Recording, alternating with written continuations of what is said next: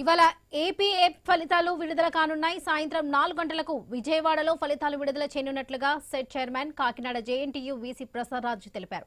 ఉన్నత విద్యాశాఖ ముఖ్య కార్యదర్శి శ్యామలారావు, ఉన్నత విద్యామండలి ఇన్ఛార్జ్ చైర్మన్ రామ్మోహన్ రావుతో కలిసి ఫలితాలను విడుదల చేయనున్నట్లుగా వెల్లడించారు. ఇంజనీరింగ్, వ్యవసాయ, ఫార్మసీ కోర్సుల్లో ప్రవేశాలకు ఈ పరీక్షలు నిర్వహించారు. ఈ ఏడాది ఏప్సెట్ పరీక్షలని కాకినాడ జేఎన్టీయూ నిర్వహించింది. పరీక్షలకు మొత్తం 3,62,000 మంది విద్యార్థులు దరఖాస్తు చేసుకున్నారు. వీరిలో 3,39,000 మంది పరీక్షకు హాజరయ్యారు.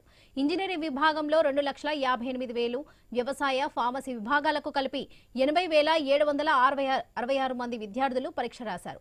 ఏప్సెట్లో ఇంటర్ మార్కులకు 25% వెయిటేజీ ఉంటుంది. దీనికి ఆధారంగానే ర్యాంకులు ప్రకటిస్తారు.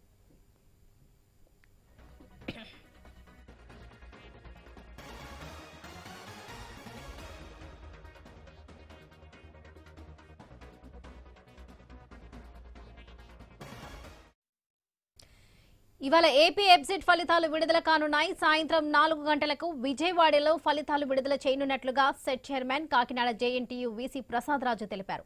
ఉన్నత విద్యాశాఖ ముఖ్య కార్యదర్శి శ్యామలారావు, ఉన్నత విద్యామండలి ఇన్ఛార్జ్ చైర్మన్ రామ్మోహన్ రావుతో కలిసి ఫలితాలను విడుదల చేయనున్నట్లుగా వెల్లడించారు.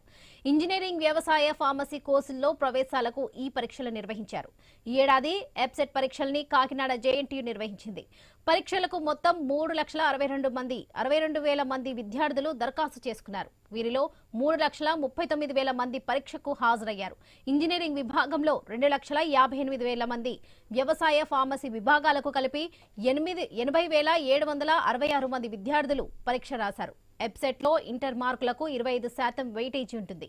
దీని ఆధారంగానే ర్యాంకులు ప్రకటిస్తారు.